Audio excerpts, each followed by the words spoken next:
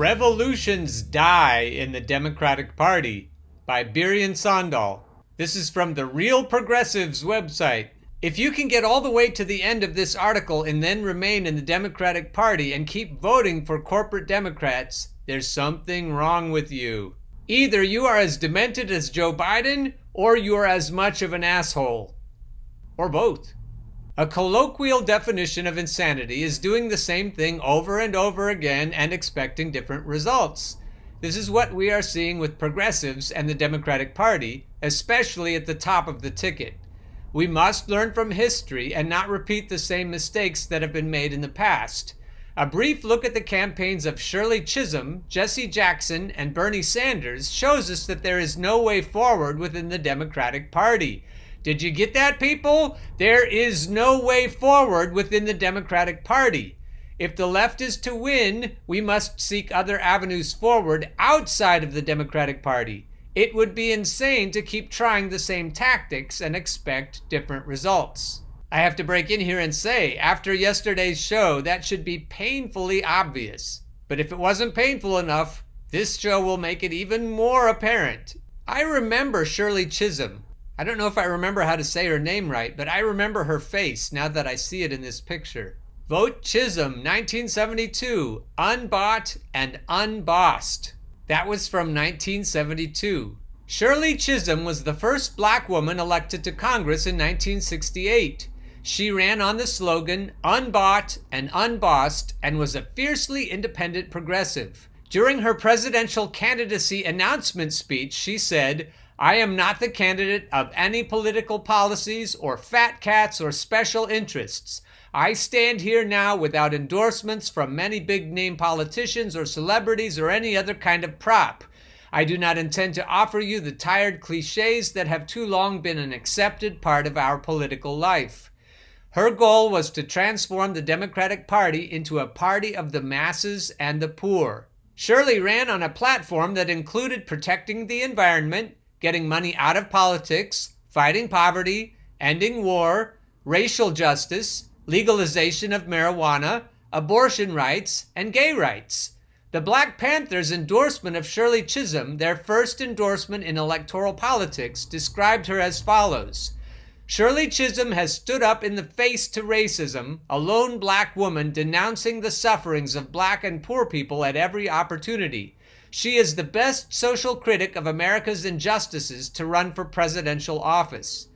There can be no doubt that a Shirley Chisholm presidency would have been monumental. Shirley's run for president was largely dismissed. The Democratic Party took segregationist George Wallace's run much more seriously than they ever did Shirley's.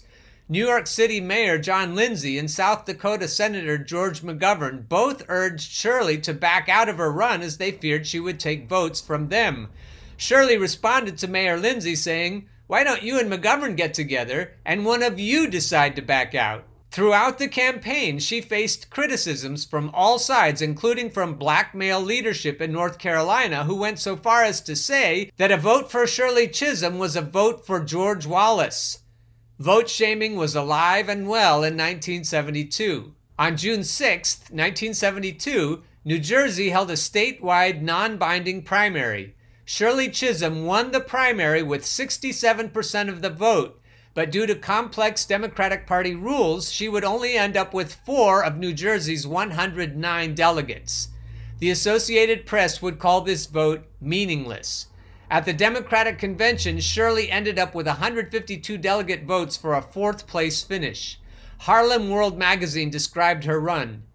She also struggled to be regarded as a serious candidate instead of as a symbolic political figure. She was ignored by much of the Democratic political establishment and received little support from her black male colleagues. Sadly, much of her progressive platform has still never been implemented. The Reverend Jesse Jackson ran for president in the Democratic primaries in 1984 and 1988. When Jackson announced his 1984 campaign, he said, "We are members of the party and we don't want to leave, but our self-respect is non-negotiable." Jackson ran on ending war, poverty, and unemployment. In his 1988 campaign, Jesse Jackson added single-payer health care to his platform. He formed a rainbow coalition consisting of the young African Americans, Latinos, women, labor union members, gays and lesbians, Arab Americans, Asian Americans, Native Americans, students, peace activists, environmentalists. Yet, much like Shirley's campaign, Jesse Jackson's campaigns were not taken seriously by the Democratic Party. For example, Benjamin Hooks, executive director of the NAACP during the 1984 campaign, said, "Since we are so frightened by the Reagan system of government, our primary concern should be ridding the nation of that system. Therefore, we should vote for that candidate most likely to achieve that end." If we replace Reagan with Trump in this statement, it would be indistinguishable from many of the establishment fear-mongering arguments made against Bernie Sanders in 2020. In 1984, Jackson would end up winning 21% of the vote, but only received 8% of the delegates due to party rules. I don't know about you, dear viewers and listeners, but it sounds like it was rigged then, too. Hillary Clinton, Walter Mondale, won the nomination. During the convention, Mr. Mondale quickly defeated minority planks calling for reduction in military spending and for a pledge that the United States would not make first use of nuclear weapons. Even though his delegates' bid to influence the platform failed, Jackson called for unity and pledged his support to Mondale. In 1988, Jackson tried again. Realizing he had a serious shot at winning this time, the establishment Democrats fought hard to make sure he was not the nominee. The recently established Democratic Leadership Council, DLC, oversaw the primaries. Jesse Jackson would criticize them and refer to them as Democrats for the leisure class. New York City Mayor Ed Koch unleashed vicious attacks on Jesse Jackson prior to the New York primary, at one point saying Jews would be crazy to vote for Jackson. Jackson described these attacks in a speech saying, "In New York, there has been more divisive language than in any other state or region in the country. No leader across the South has raised a race or religious litmus test as a basis for relating to our campaign." Jesse Jackson's campaign was lost after losing to Dukakis in the New York primary. Once again, at the convention, Jackson would pledge his support to the nominee. Michelle Krauthamer, a Jackson supporter, said, "If Jesse is not on that ticket, I will go to the voting booth. We had to fight for the right to vote, and I'm not giving it up, but will not pull that Democratic lever." Mondale would go on to lose the election in a landslide to George H.W. Bush. Perhaps if the Democratic Party had not killed the populist movement led by Jesse Jackson, the results would have been different. That they did not even put him on the ticket in a VP position was an insult to his supporters. If the campaigns of Chisholm and Jackson sound familiar, it is because they are very similar to those of Bernie Sanders in 2016 and 2020. Bernie Sanders ran on the same progressive policies Chisholm and Jackson did: racial justice, environmental justice, health care, ending war, labor rights, and so on. And he went up against the same resistance from the establishment Democrats with the same inevitable result of defeat. Bernie Sanders faced similar attacks to those carried out against Jackson in both of his runs. In 2016, the Washington Post ran 16 negative stories on Bernie in a space of 24 hours. In an email apparently referencing Sanders, Democratic National Committee, DNC, CFO Brad Marshall suggested casting doubts on his religious beliefs, saying, "Does he believe in a God? He had skated on saying he has a Jewish heritage. I think I read he is an atheist." A piece in New York Magazine in January 2020 by Jonathan Chait was titled, "Running Sanders Against Trump Would Be an Act of Insanity." It contained statements such as, "Sanders has gleefully discarded the party's conventional wisdom that it has to pick and choose where to push public opinion leftward, adopting a comprehensive left-wing agenda, some of which is popular and some of which is decidedly not. And at this point, there is hardly any serious evidence to believe that the best strategy to defeat Trump is to mobilize voters with a radical economic agenda." Jonathan Chait, what a little prick you are. The media coverage of Sanders was so bad that Bernie said, "I think what we saw from Nevada on out was a cry from the rooftops, from the political establishment, from the media that they wanted anybody but Bernie. Anybody but Bernie. My God, I don't know how many articles they were about. We need anybody but Bernie. And you know, they ended up succeeding.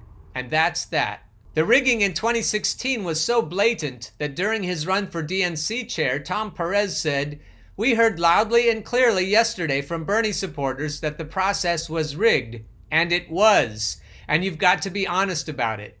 As interim chair of the DNC, Donna Brazil discovered that the DNC also was required to consult with the Hillary campaign about all other staffing, budgeting, data, analytics, and mailings. The DNC argued in court that rigging its own primaries was permissible and that their own charter was not enforceable, saying that if they had so chosen, they could go into back rooms like they used to and smoke cigars and pick the candidate that way.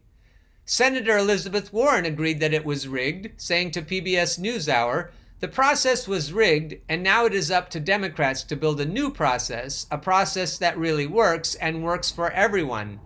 This new process did not happen, and the 2020 primary was also rigged in favor of the corporate candidates, leading to the unprecedented defeat of a candidate who had won the first 3 primary contests.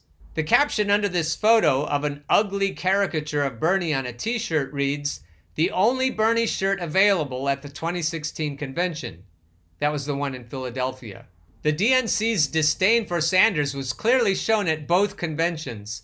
In 2016, the only shirt with an image of Bernie was one so distorted that it has been suggested to have been anti-Semitic in nature. Karen Bernal, a Sanders delegate in 2016, described it saying, "This is somebody's sick sense of humor. It's a cruel joke.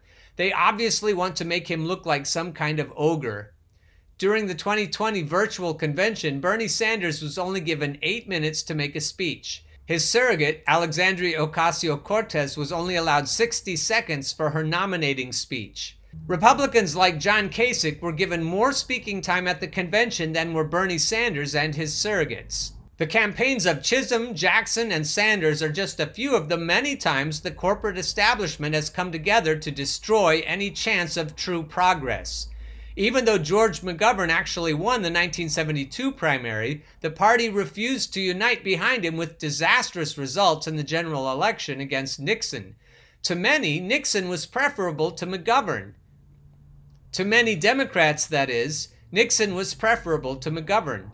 In 1944, the elites of the Democratic Party came together to block the nomination of desegregationist progressive Henry Wallace to serve another term as vice president, knowing FDR was likely to die during his 4th term. This next sentence, dear viewers and listeners, is the crux of the matter. History shows us that the Democratic Party will oppose progressives within their own party every time they run. This remains true today.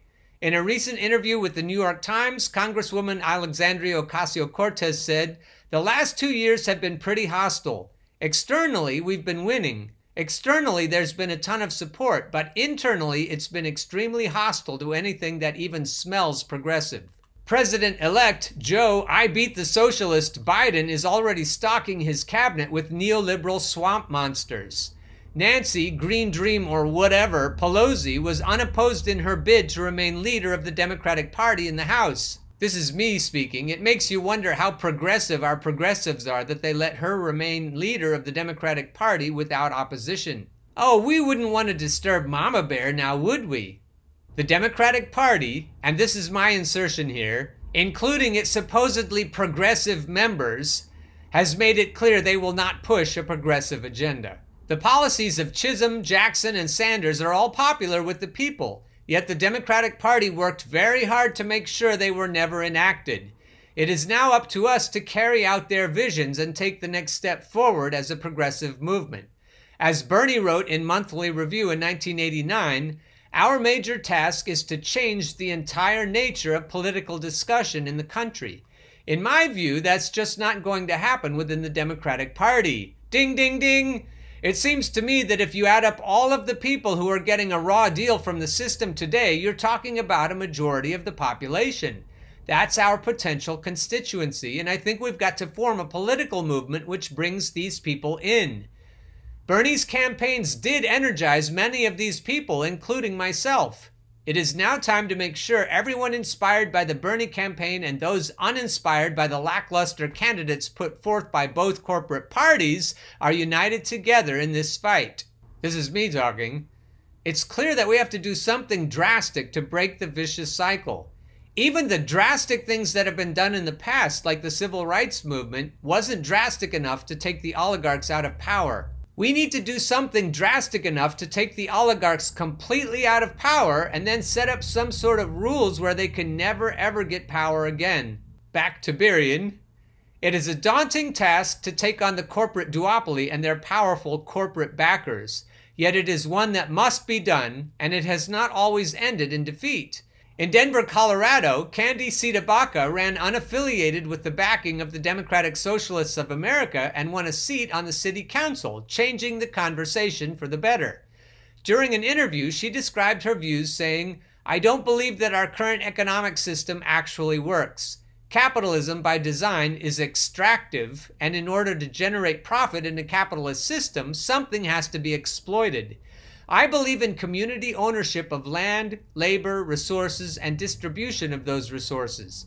And so whatever that morphs into, I think is what will serve community the best, and I'm excited to usher it in by any means necessary." This harkens back to Malcolm X, who also used the phrase, "by any means necessary," as a motto as he fought for freedom, justice, and equality. And as Malcolm understood, electoral politics is just one of the means at our disposal. As a movement, it is time to move beyond the corporate Democratic Party by any means necessary. Nobody that I know now in the progressive movement thinks that electoral politics is the only answer. One has to be an idiot to believe that. Bernie Sanders. In 2013, Socialist Alternative candidate Kshama Sawant won a seat on the Seattle City Council. In an interview in 2016, she said, "I don't think electoral endeavors themselves, by themselves, without building a movement, work. But we also cannot have this artificial separation that we're going to build our movement, but when it comes to elections, we're going to support Democrats. That doesn't work because the Democratic Party has been the single most important reason for why we have not been able to build our movements. Because every time we talk about building our movement, we're asked to sacrifice what we are demanding at the feet of the Democratic Party, which has not fought for us. This is what we have to figure out, people," as Birrion concludes. "If we are to succeed as a movement, we must fight both corporate parties." There are many avenues available to us as organizers of a real progressive people's movement. One approach is helping to create a true working class party, as the Movement for a People's Party is doing. There has never been a better time to leave the Democratic Party behind and never look back. Amen, brother. While the People's Party is just beginning now and may be small in numbers, remember that the greatest movements have to start somewhere. There were only 56 white men who signed the Declaration of Independence. Only 82 people set sail on November 25, 1956 on the Granma yacht and sparked a revolution. Even the largest trees must start from a small seed. Before I forget to say it, I have to break in and say the Movement for a People's Party is doomed unless it tells its leaders not to endorse corporatists. If its leaders even suggest that voting for corporatists is okay, then the movement is doomed. I would also say that it's not right for some of its leaders to torpedo the Green Party. If you think you have something that's better to offer, then offer it. Otherwise, we're going to think that you're sheepdogging the same way that the DNC is sheepdogging. The worst thing that could happen with a Movement for a People's Party is that all the people could be sucked into it and then rendered ineffective. I can't picture an effective movement who has leaders telling us that they are voting for corporatists and that they think it's the right thing to do. Let me remind you, Birrion, of your earlier quote by Michelle Krauthamer, a Jackson supporter, who said, "If Jesse is not on that ticket, I will go to the voting booth. We had to fight for the right to vote, and I'm not giving it up, but will not pull that Democratic lever." That's what our leaders should be telling us, Birrion. Back to the story.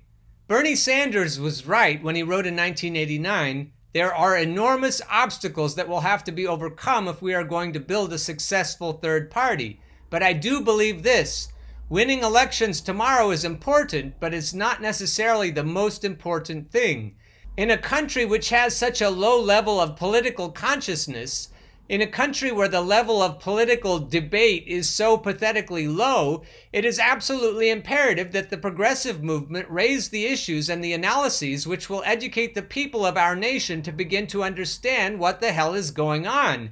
And I honestly don't believe that that can take place within the Democratic Party. Ding, ding, ding. And if the leaders of MPP are telling us that it's okay to vote for corporatists, then it can't happen in MPP either. In a recent New Yorker article, Kianga Yamada Taylor has agreed with this analysis, saying, "The real levers to hold liberal leadership accountable can't exist within the party but must exist outside of it, or the left needs its own party reflecting its actual politics and priorities.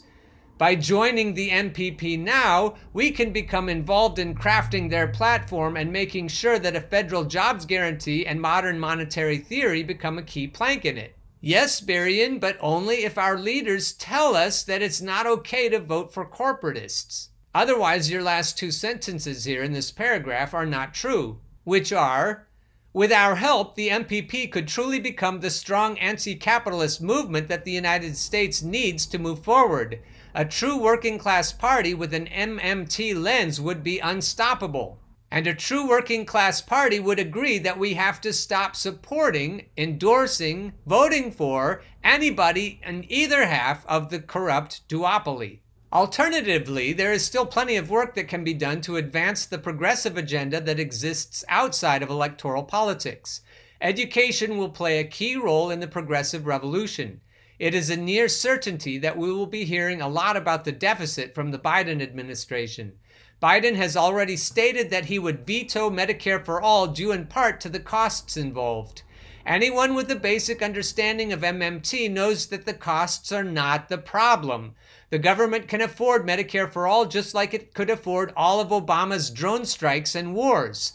The deficit is an excuse that is used to block progressive legislation, but it is never an issue when it comes to carrying out an imperialist agenda. Let me break in here and remind us of what I've said in previous shows. The reason they don't want us to have Medicare for all is because it would make it much easier for us to strike. If our health care is not connected to our employment, then we have a lot more leverage over employers.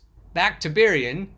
Everyone should learn why the deficit is a myth and that we can afford Medicare for all, a Green New Deal, and all the progressive policies that the people need to survive.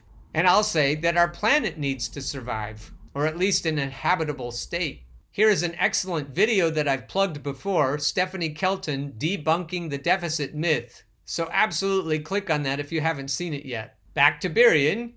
Direct action must also be a huge part of our movement. If we want real change, we need to expand upon the BLM protests and be out in the streets in the millions demanding Medicare for all, a Green New Deal, including a federal jobs guarantee, student loan debt forgiveness, housing for all, direct pandemic relief, and a just society. Without direct action, there will be nothing but tepid incrementalism. All the greatest changes have been brought about through mass actions of the people, and these should always take precedence over electoralism. The greatest lesson we learned from Bernie Sanders' campaigns should be what he always told us.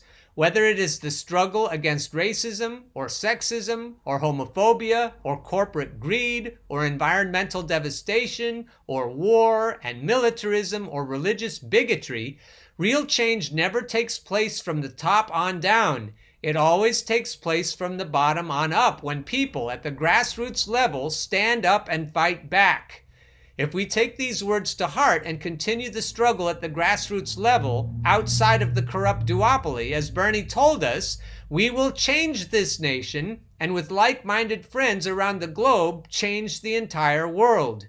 It was never Bernie, it was always us, all of us united together for peace and justice. Let's go forward together and change the world.